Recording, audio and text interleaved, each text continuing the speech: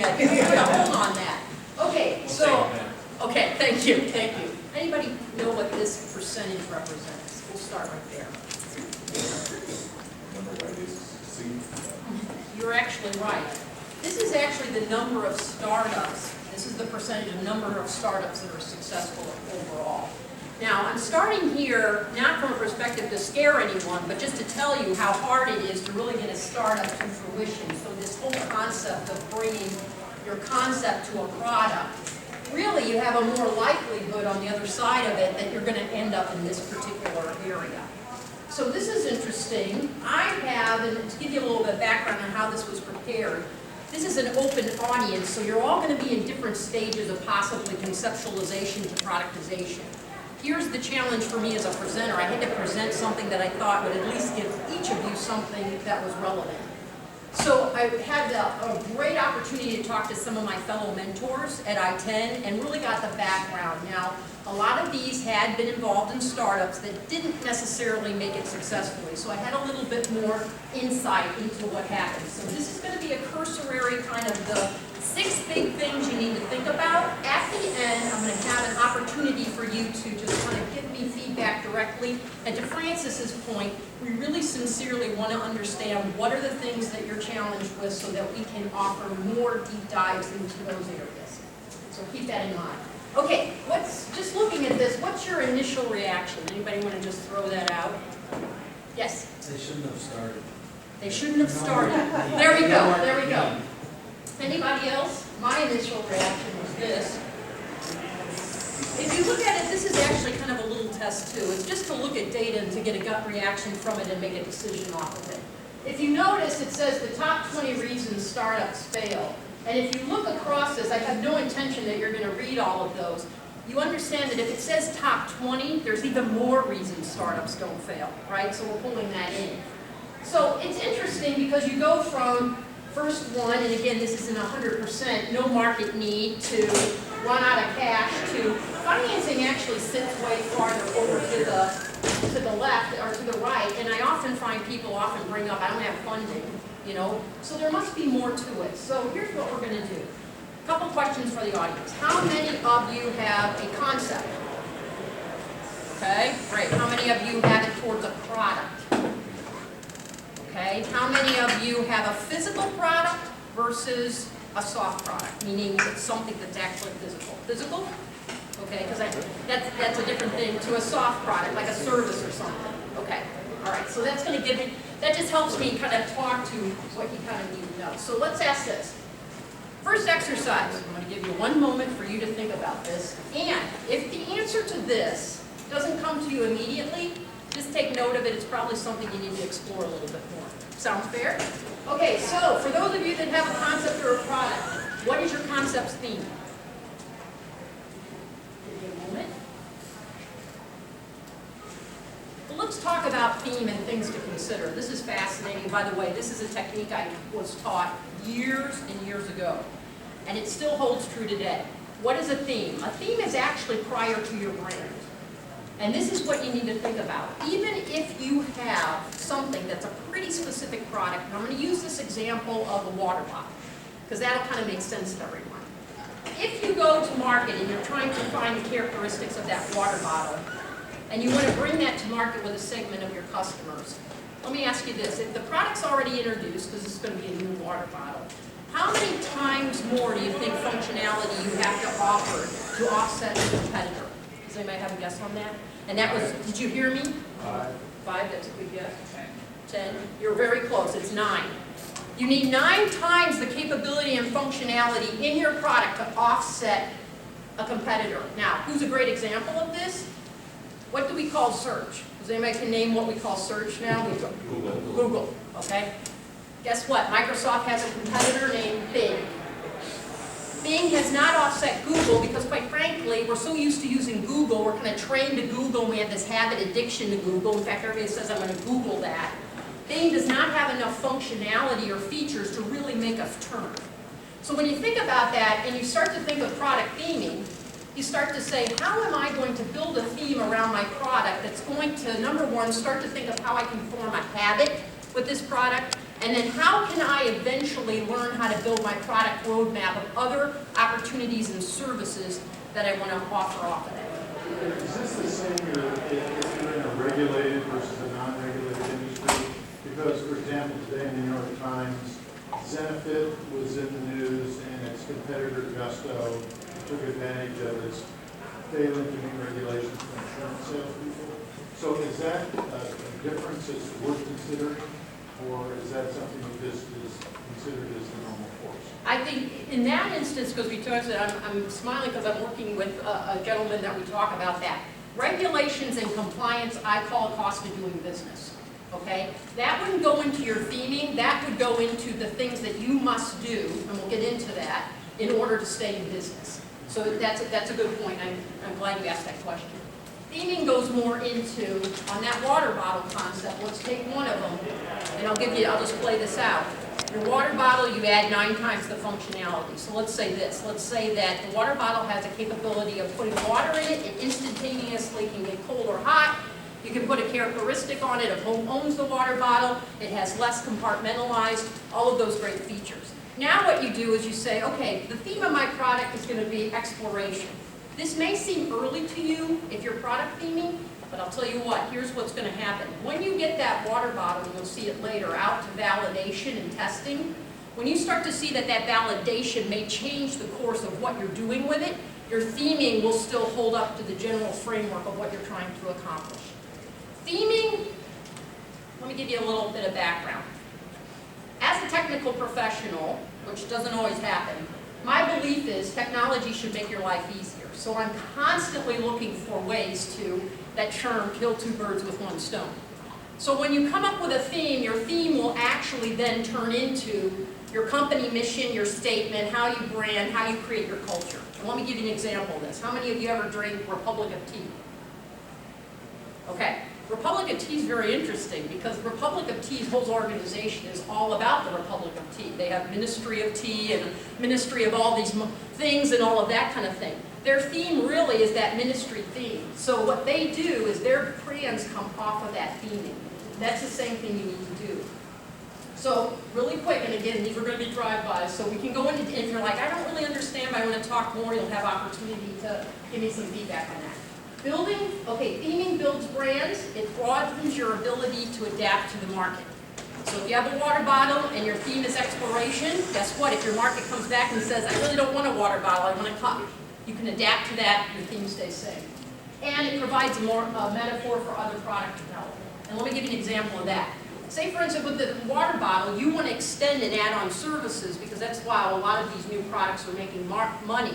You may decide that you're going to use that theme of exploration and you're actually going to send people and gamify it, almost like Pokemon, that if they go to these places with their water bottle, they build up points and rewards.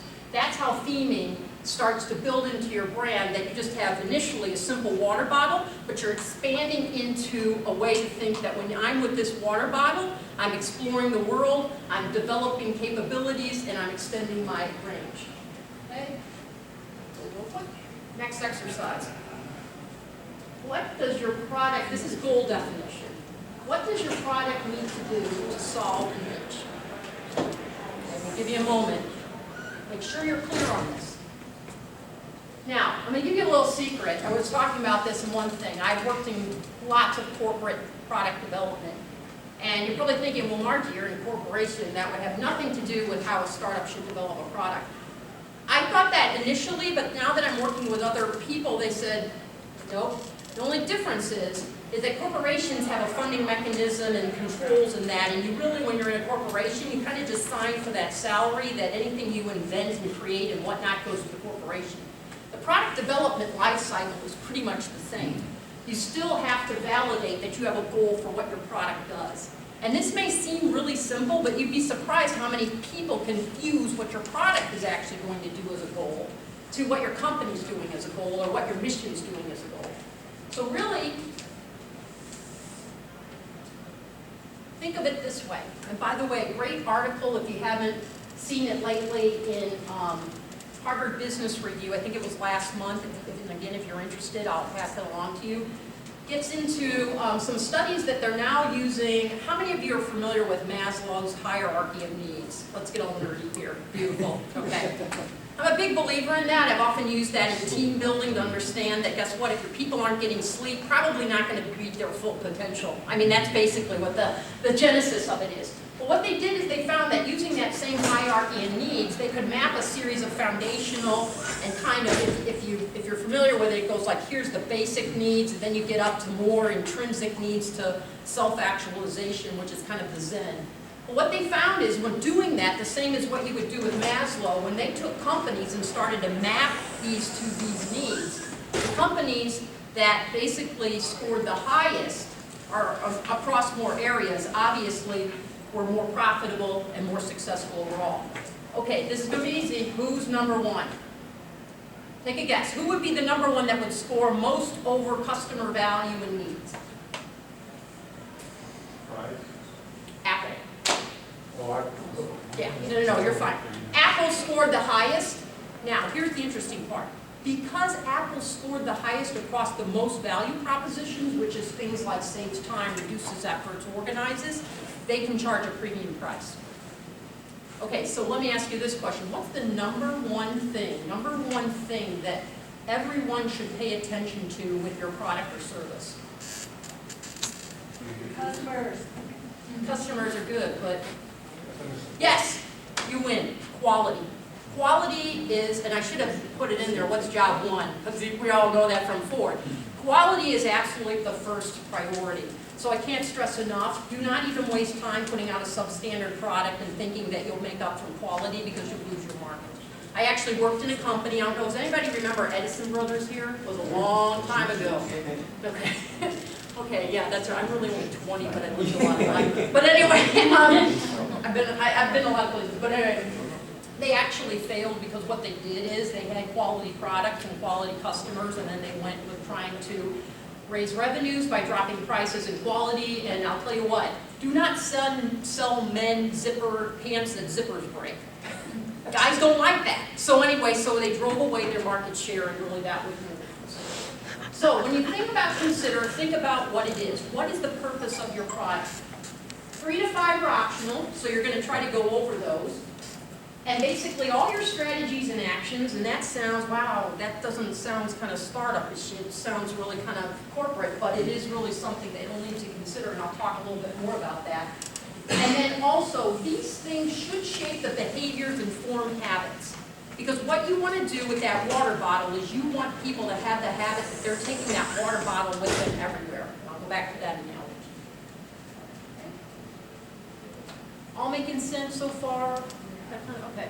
Pretty practical stuff? Good. Oh, my favorite, validation. Now ask yourself this. What do they think of that concept or product, and would they pay to use it? That's kind of, I put the pay in there because that kind of gets important. You know, this came out really a lot, and it was really stressed. Validation, experimentation, all of those things. Get your product in there and your concept, even if it's at a conceptual stage, and test it out. I want to make this really kind of simple for everyone because I do think sometimes when you're facing a concept to take to a product, it's almost overwhelming the amount of things that you're thinking about. So here's the thing, for me for years I had to spend sorting through all these concepts and coming up with, you'll see later, critical path and what are the critical to do. So I will tell you, it's a learned skill that's over time. And it is hard when you first look at it, like, what do I need to do? But here's something that I came up with that might be simple if you have a concept or a product that's in a stage that you just want to vet it out. When we go back to theming, a very easy thing to do, and I'll just give you an example, is holidays are coming up, invite your friends and family over, have a kind of cross-blending of people that, number one, you want the people that support you, and then you always want someone that will always be contradicting to whatever you do. You want that range of people. Invite them over, say at the end you'll get a free beer, which you would have given a beer anyway, but that's kind of the kitschy part of all of this. But anyway, and then just go and pitch your concept or your product and go through it. That's going to be a good friends and family test. Believe me, they will know as much as anyone else if your product or concept is really going to be viable. The first customer in any of your product or concept should be you. If you don't want to use it, I question why you're going to do it, because it's going to be a lot of work and you're not going to get much value out of it. But the customers that you work with should want it immediately and have a demand for that. Also, big thing, and it was a colleague of mine said, experiment.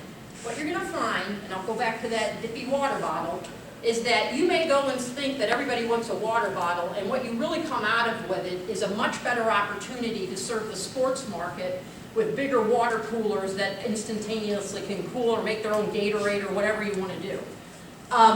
That sometimes happens with some of your concepts. Some people will grab it, understand it immediately in a different context than you have, and then take it off. Don't be scared of it. You can go back to the other concept because you've themed it, and just run with where the market is and develop the product out and get people excited about it. If I could, what would be the one thing that I could give you all right now that would be extremely valuable? I love asking these questions because it's just like, zips you around. Money. Even better than that. Oh, dinner. Dinner is better than that? Wow, okay. Time. All right. Users. Okay, a paying Time. customer. A Users. paying customer, Oh. right? Because when you have a paying customer, someone's going to take their money and give it to you, that actually validates your business model and creates excitement about what you're doing. So yes, you need money, and yes, you need that, but if you really don't have anybody that wants it, remember when we looked back at that chart, the first thing was I was ahead of my market time, I didn't have a market for it. If you don't have anybody that wants to buy it, you really don't have a business model to go for. Now, here's another piece of information that I was giving, I'll pass along to you. People, there's a lot of trepidation about, well, you know, how do I get money for all these startups? I'll tell you what, a very easy way to ensure that you have money, and St. Louis has these funds, is to have a business model that has charted and booked revenue, not immediately, but at least projected. Then I'm going to tell you, across the board, watch Shark Tank and all of that. That's the thing that gets people energized about giving you money. I understand that some of you may need money up front just to develop your idea, but we'll talk a little bit more at the end. But still, if I could give you one thing, it would be a paying customer. So this is a great way. And also, remember, with us with ITEN, we're here. So if you want to just say, I hate to say it, I don't have any friends and family, you're more than welcome. We can come together and we'll get a group of people and we'll go through the same session with you to try to say, yeah, I can see what you're doing. Okay? Good so far, all making sense? Okay. Absolutely. Quality, I agree, is very important, but you have to balance that when you don't want to over-engineer something to never get into market. Oh, completely, yes. So there's point. kind of a tension there between getting it perfect and just getting it out there and then to be that. You're right. You're absolutely right. And it depends on what it is that quality makes a point. It's an airplane in these. It's right. You don't want your first pilot go, phew! Yeah, exactly. I'm with you completely. It is always a balance from that perspective about quality. But I think the thing that I found out, I'll tell you this. I lived a whole year's life of having Bank of America's, I'll just use their name, this is some video, on their website having horrible reliability problems. It's horrible. We were up all night, weeks on end, you know, that type of stuff, trying to do recovery. What we really came back and we found out was really the main problem. We had engineered everything, and actually I came in to help, they had engineered everything for all the Happy Pack. So as long as everything worked perfectly, the site worked perfectly. But the minute something went wrong, the whole thing went down.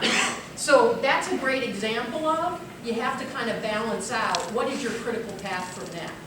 And I would say with quality, I would say you could compromise some on quality if you really have an experiment where something goes wrong, you can really keep your customer, you know, from that perspective. There was a great example recently on different industry altogether with Taco Bell. To me, well, what this shows is what's the quality expectation for your market and your market position. Because Taco Bell found out if they raise quality, that's not what people wanted. They want cheap tacos at 2 a.m. or whatever. I mean, if they want more, they go to Chipotle. And then they were actually getting outside of their real market.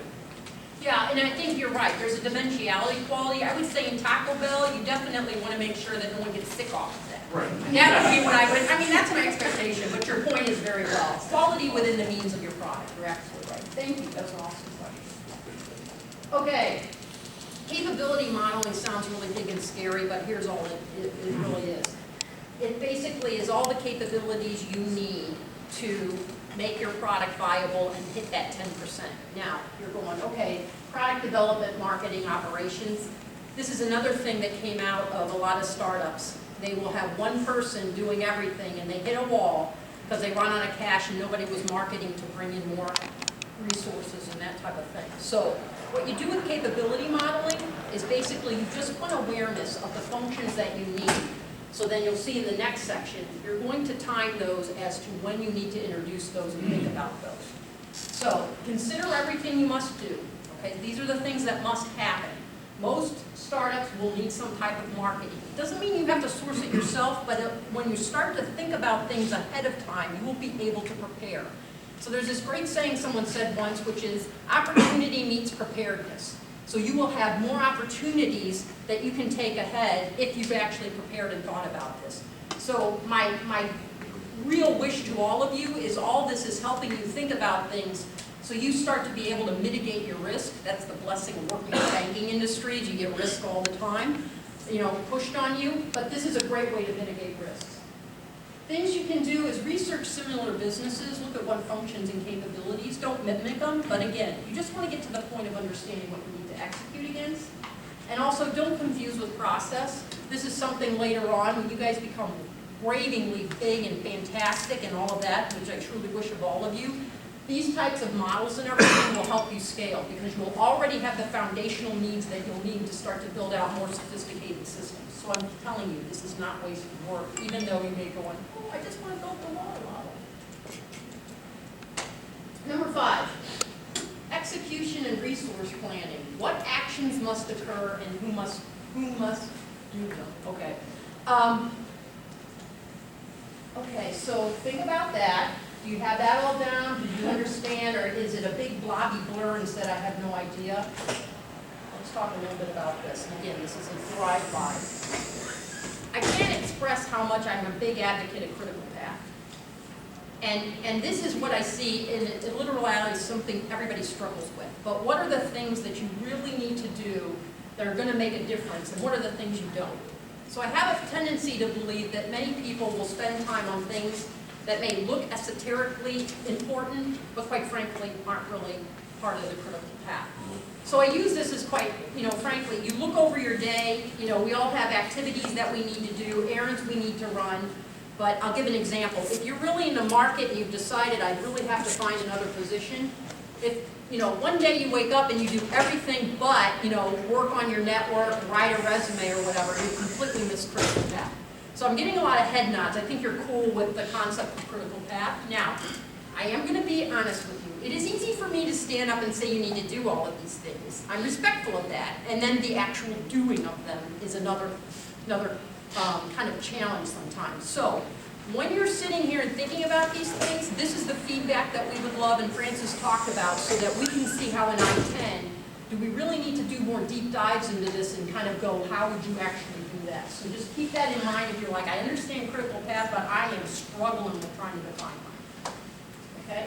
Now when we go to resources, this is the brilliance of what's happening in the industry today. You don't have to hire every resources and consider services. So right now, all of your business services, you pretty much can outsource those. You also are having more options in the technology area. So if this is something you're struggling, like I have a concept, I have a product, but my problem is I can't find execution teams, I'd actually like to hear about that because I'm very interested in trying to figure out how in St. Louis specifically we can build up and kind of incubate a capability where a startup can go to a concept to a proof and then at least get some execution so that you can get to the next level. And then, by the way, I cannot tell you this enough. Who can do it if your primary cannot? This is also another one. If you're a founder and you're writing the whole thing and something happens to you, or you have someone that you're dependent on, always have your backup plan. And that's why I've heard from a lot of people, it was like I had this great thing going, but something happened and it all went where. This is another thing from an execution and resource planning, definitely need to think about. Okay. Wow, I'm flying through this. Okay. Okay. Last one is, everybody wants to know about funding approaches. I'm just going to tell you right up that I am not the expert on funding, but again, I'm going to give you some things to think about. just starting, are you just starting a business, or have you had a proven business model? Okay, so that's what you need to think about with this concept of product. Okay? Here's some ideas, and again, there's a lot more to it, but this is what I'm seeing at least that you kind of follow. You could have an expectation of being successful. If you're just starting out, and you're not self-funded, and you need funding, friends and family are probably the easiest way to go. To get some people around you to sponsor at least the kind of conceptual to product stage. Some of these things that you're going to need to do that you may need to hire some people for. If you have a prototype or a proof of concept, crowdfunding, and if you're interested in crowdfunding, I'm sure we can, get information on that. I can pass them along, or angels are really kind of the next step up there. And then the other thing that I wanted to bring up was on these proven business models, meaning you have that customer and you're running, there's kind of two options there. A lot of startups all think the VC direction, but if you really are viable and you're going to have a revenue stream and all that, you may want to go the traditional, just, how everybody else built a business before all this started. And just go that direction and get a loan, and I'll tell you what the decision point would be from here. It's really if you want to stay in control of what your destiny is when you make that decision. So if you really have a vision beyond your product, but just the whole culture, the aspect of the company, this is a product that's going to be in a company and I want to go bigger, you probably want to really think about really building a business around that, bigger than just basically getting the venture capital for a specific product that you're going to bring to market. But that's completely your decision. But it was important because it came up because we often don't talk about that side of the house as far as what we're doing. Okay? All right, this is the, okay, so help me help you. This was kind of like a broad brush across a lot of different things based on different topics. So I have 2 questions. By the way, you get a free gift. Are you excited? But anyway, if, first 2 questions, overall, did you find this valuable? And again, this is the first foray we're introducing this, so we absolutely don't want to just end here. We want to continue to build that. And what more information do you need help with? What would you need more deep dives on? That's my name. I'm just going to make it simple. Just connect to me in LinkedIn, and then just send me those responses. I will send you the will and wisdom. This is just a fun little thing to keep you motivated through your trip on the startups and keep you going. So on that, I ran a little ahead of schedule, but I will open it up for any questions or anything you may have. Yes, sir? Can you go over